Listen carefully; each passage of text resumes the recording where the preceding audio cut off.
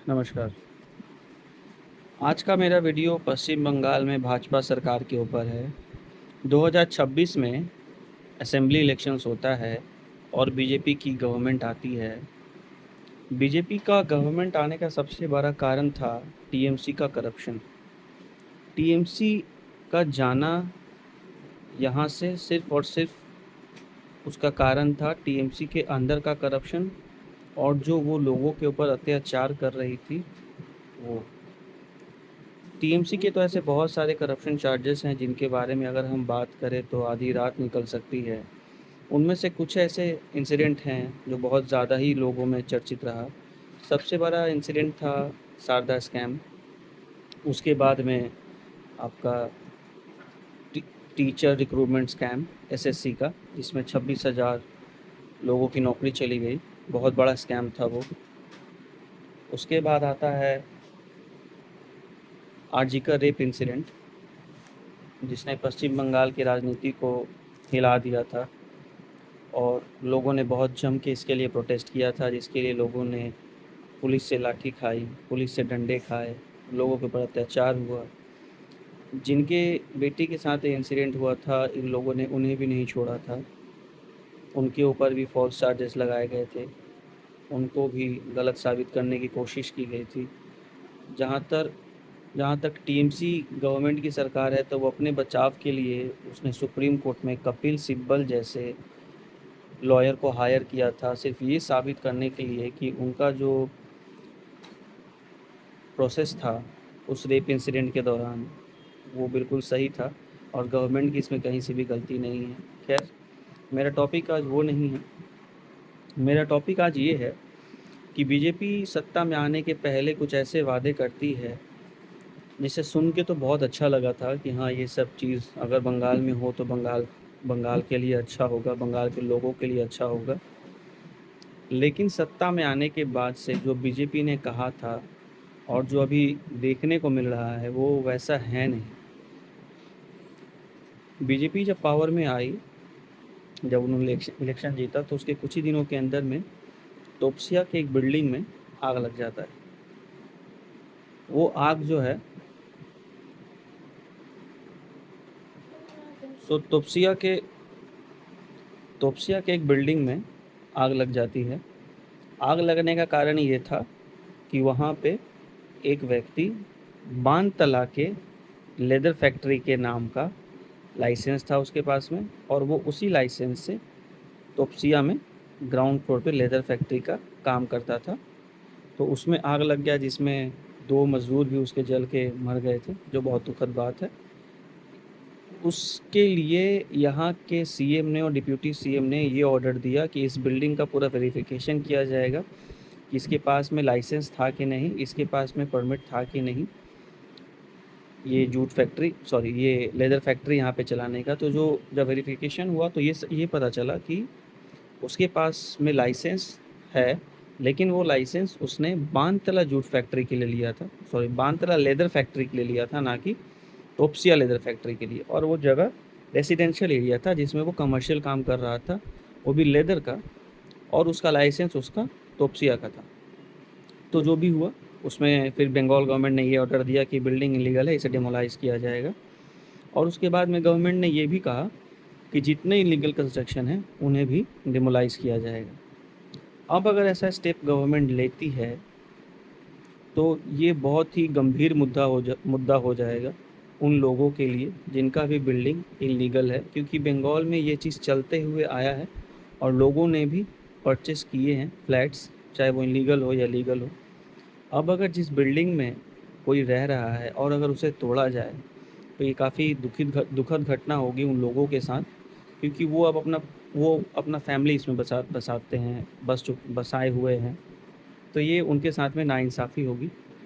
तो इसके लिए एक मैटर हाई कोर्ट में भी गया। हाई कोर्ट ने उस पर रोक लगाया कि जो भी रेसिडेंट्स अभी हैं बिल्डिंग में, वो बिल्डिंग ना तोड़ा जाए। चलिए, ये बात तो अच्छा था। लेकिन एक बात मुझे गवर्नमेंट से थोड़ा पूछना था कि आप लोग हॉकर्स लोगों को ये कह रहे हैं कि आप जो रोड है आप उसे कैप्चर मत करिए क्योंकि लोगों को आने जाने में असुविधा होती है। ग्रेट, बहुत अच्छी बात है। तो मैम मेरा अब क्वेश्चन स्टार्ट होता है, पश्चिम बंगाल में हावड़ा में पतली पतली नैरो गलीज के अंदर में इलीगल कंस्ट्रक्शन होके रखा है, जहाँ पे 6 तल्ला 7 तल्ला का बिल्डिंग बना हुआ है। मैम वहाँ भी लोगों को आने जाने के लिए सही से रास्ता नहीं है, तो क्या उन बिल्डिंग्स के ऊपर में कार्रवाई नहीं होना चाहिए कि सिर्फ उन हॉकर्स के ऊपर में कार्रवाई होना चाहिए जो रोड के ऊपर में दुकान लगा के अपना रोजी रोटी कमा रहे हैं? ये बात सही है कि लोगों को आने जाने में सुविधा होती है, लोगों को प्रॉब्लम फेस करना पड़ता है, नो डाउट, बात सही है। हम लोग भी मार्केट जाते हैं, रोड पे चलना पड़ता है क्योंकि फुटपाथ पे हॉकर्स लोग बैठते हैं, अपना रोजी रोटी कमाते हैं, अपना परिवार चलाते हैं। अगर उनके ऊपर कार्रवाई होता है मैम, तो इन लोगों के ऊपर भी कार्रवाई होना चाहिए जो पतली तंग गलियों के अंदर में, जहाँ पे लोगों को आने जाने में नहीं बनता है सही से, वहाँ पे ऊंची ऊंची इमारतों वाली बिल्डिंगें बन रही हैं। 7 7 तल्ला 5 5 तल्ला का बिल्डिंग बन के खड़ा है, लेकिन कोई भी इसे देखने वाला नहीं है, ना गलत को गलत कहने वाला है। तो ऐसा क्यों हो रहा है मैम कि गरीबों का जो एक गलत चीज़ है आप उसे देख रहे हैं, आप उसे ठीक कर रहे हैं, लेकिन जो अमीर लोग हैं, जो बड़े बड़े प्रोमोटर्स लोग हैं, आप लोग उनके ऊपर क्यों नहीं इस कार्रवाई को कर रहे हैं मैम? अभी कुछ दिन पहले तारातला में एक अंडर कंस्ट्रक्शन गोडाउन गिर जाता है, उसके लिए सीएम ये अनाउंस करते हैं कि पश्चिम बंगाल में पूरा कंस्ट्रक्शन रुक जाएगा, कहीं पे भी अभी कंस्ट्रक्शन का काम नहीं होगा। तो वो रुक भी गया था और बड़े बड़ी बिल्डिंगें हैं जो जो अ, जो रेरा अप्रूव बिल्ड प्रोजेक्ट्स हैं, वो सारे काम रुक गए थे और काम नहीं हो रहा था। वो टोटल 140 बिल्डिंग था जो जिसका काम रुका हुआ था। उसमें से सिर्फ 14 ही ऐसे बिल्डिंग्स थे जिनके पास में एक्चुअल सारे परमिट्स थे और सारे परमिशंस थे, सारे पेपर उनके सही थे, उन लोगों का काम चालू हुआ, बाकी काम नहीं चालू हुआ as per government data. But actual में क्या है वो नहीं पता। लेकिन मैम इन छोटे छोटे प्रोमोटर्सों का क्या, उन लो- इन उन प्रोमोटर लोगों पे आप लोग क्यों नहीं कार्रवाई कर रहे हैं मैम, जो तंग गलियों के अंदर में छोटी छोटी पतली रास्ते के अंदर में बिल्डिंग से बिल्डिंग सटा के कंस्ट्रक्शन कर रहे हैं मैम? इस पे कार्रवाई क्यों नहीं हो रहा है? मैं रिक्वेस्ट करता हूँ, अगर मेरी ये दरख्वास्त हमारे सीएम तक या फिर हमारे डिप्यूटी सीएम तक पहुँचता है, क्योंकि हमारा विधायक तो हमारा बात सुनने वाला है नहीं, ये बात अच्छे से पता है हमें। क्योंकि एक आदमी होता है जो जन्म से अंधा होता है, और एक होता है विधायक जो विधायक बनने के बाद में अंधा होता है। क्योंकि विधायक की आंखों पे गांधी जी का चश्मा लग जाता है, तो अगर किसी की आंख पे गांधी जी का चश्मा लग जाता है ना, तो फिर उसे गलत भी गलत नहीं दिखता है, वो सही नज़र आने लगता है। तो ऐसा ही है हमारे विधायक के साथ में, जो मुझे ऐसा लगता है। अगर आप हावड़ा से बिलोंग करते हैं और लिलुआ की तरफ से आप सॉरी, अगर आप लिलुआ से बिलोंग करते हैं तो आप भी इस चीज़ को जानते होंगे कि घुसड़ी से लेके हमारे बांदा घाट तक इतना ख़राब रोड का कंडीशन है, इतना ख़राब रोड का कंडीशन है कि उसको अब क्या ही कहा जाए। मतलब ऐसा लगता है कि रोड में गड्ढा नहीं है, गड्ढों के अंदर रोड है। उस समय जब टीएमसी की सरकार थी तब भी ऐसा रोड था, उसे बनाया गया, फिर उसे खोदा गया क्योंकि पाइपलाइन उसमें बिछ रहा था, फिर वो रोड वैसा ही रह गया। उसके बाद सरकार का पलट हो गया, बीजेपी की गवर्नमेंट आ गई, लेकिन आज भी उस रोड का कंडीशन इतना ही ख़राब है। और जब बीजेपी इलेक्शन के लिए कैंपेन कर रही थी ना, तो उनका मुद्दा यही सब था, अच्छे रोड, अच्छी सड़कें, लाइट हो, पानी का व्यवस्था हो। तो ये सब जो बात है ना, वो सिर्फ उन बीजेपी का मतलब प्रचार में ही दिखा, एक्चुअल ग्राउंड पे भी दिख नहीं रहा है, हाँ, कम से कम हमारे एरिया में। लेकिन कुछ कुछ ऐसे कोलकाता के एरिया हैं जहाँ पे आपको काम नज़र आएगा, जहाँ पे रोड बन रही हैं, जहाँ पे नालों का काम हो रहा है, जहाँ पे लाइट्स का काम हो रहा है। और हमारे एरिया में आज भी अगर पानी होता है अच्छे से, अगर आज भी बारिश होता है, तो नाले जाम हो जाते हैं, पानी लग जाता है, औरतें, बच्चे, बूढ़े उसी नाली के पानी में जाते हैं। कुछ कुछ तो बाई एक्सीडेंट गिर भी जाते हैं अपने बच्चों को लेके, स्कूल आने जाने में बच्चों को लेके काफ़ी प्रॉब्लम होता है। तो ये सब दिक्कतें तब भी थीं और ये सब दिक्कतें आज भी हैं, क्योंकि काम नहीं हो रहा है। काम सिर्फ दिखाया जा रहा है ऑनलाइन कि हम ये कर रहे हैं, हम वो कर रहे हैं, हम ये कर रहे हैं। ऐसा कुछ है नहीं, ग्राउंड पे ऐसा कुछ दिख नहीं रहा है कि नेता जो होता है, जो एक्चुअल में काम करे वो ग्राउंड पे काम करे, ना कि वो सिर्फ ऑनलाइन सोशल मीडिया पे काम करे।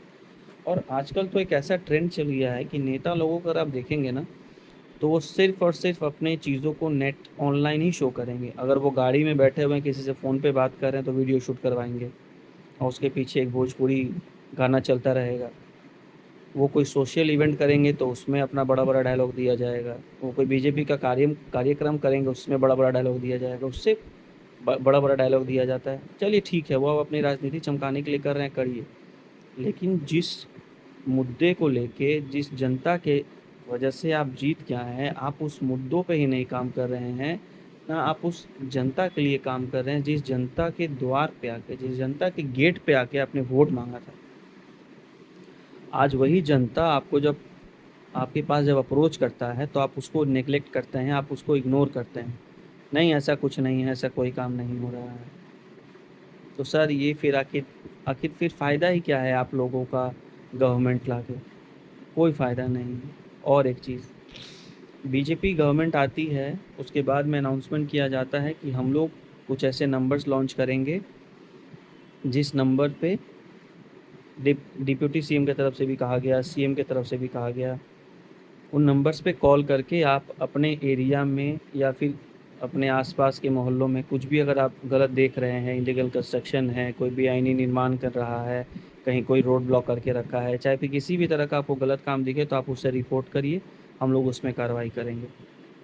मैं सच बताता हूँ, मैंने अपने एंड से भी 2 से 3 बार उस नंबर पे कॉल करके कंप्लेंट डाला। आज 2 महीना होने को आया, लेकिन आज तक उसमें कोई भी कार्रवाई या फिर कोई भी स्टेप गवर्नमेंट के द्वारा नहीं लिया गया। मैंने जब फ़ोन करके उनसे पूछा कि मैम मैंने कंप्लेंट डाला था, उसमें कुछ प्रोसेस नहीं हो रहा है, तो उन्होंने कहा कि अगर आप बार-बार फ़ोन करेंगे तो वो जो सीरियल नंबर डॉकेड होता है वो आपका नीचे चल जाएगा, फिर आपका प्रोसेस और भी लेट होगा। ठीक है। बात ये सब जो दिख रहा है ना, उससे यही चीज़ साबित होता है कि पिछली सरकार जो थी वो खुलेआम लोगों के साथ में अत्याचार कर रही थी, और जो अब की सरकार है वो भीतर-भीतर ही सब कुछ सेटिंग कर ले रही है।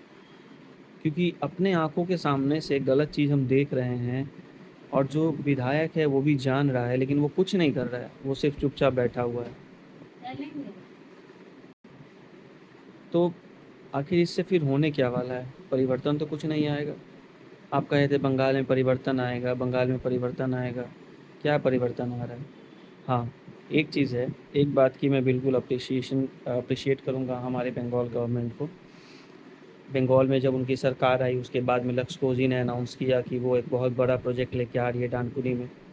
फिर शाम स्टील ने भी अनाउंस किया कि हम एक बड़ा प्रोजेक्ट लेके आएँगे, और उसका उद्घाटन भी किया गया है। गवर्नमेंट तापस राय थे वहाँ पे, इंडस्ट्रियल मिनिस्टर, हमारे सीएम थे। तो कुछ-कुछ चीज़ें हैं जो कोई-कोई मिनिस्टर अच्छा कर रहा है, और आखिर इसी के लिए हम लोगों ने उन्हें चुना है, बीजेपी का गवर्नमेंट लाया है, बीजेपी को चुन के लेके आए हैं। और हम यही आशा करेंगे हर एक उस गवर्नमेंट ऑफिसर से, हमारे विधायक से, कि प्लीज़ आप लोग आम जनता के लिए रहिए, ताकि आम जनता भी आपके लिए रहे, आपके लिए वोट करे, आपको ही चुन के लाए। अगर आप हमें नहीं सपोर्ट करेंगे, आप गलत चीज़ को सही नहीं करेंगे, आप गलत कामों को नहीं रोकेंगे, तो फिर आपको तो चुनने का कोई फ़ायदा ही नहीं बनता है, कोई लॉजिक ही नहीं बनता है। इन्हीं सब चीज़ों को देखते हुए मैं आगे भी अपने वीडियोज़ में ऐसी टॉपिक्स लाऊँगा, जो है, मैं कोशिश करूँगा मैं उसी चीज़ों पे बात करूँ, ना कि गोल-मटोल घुमा के किसी के बारे में गलत बोलूँ और किसी को सही बोलूँ नहीं। जो सही बात है, जो दिख रहा है, उसी बात पे मेरा वीडियोज़ रहेगा, और आशा करता हूँ कि आप लोगों को मेरा वीडियो पसंद आ रहा होगा। प्लीज़ मुझे सपोर्ट करिए। Thank you.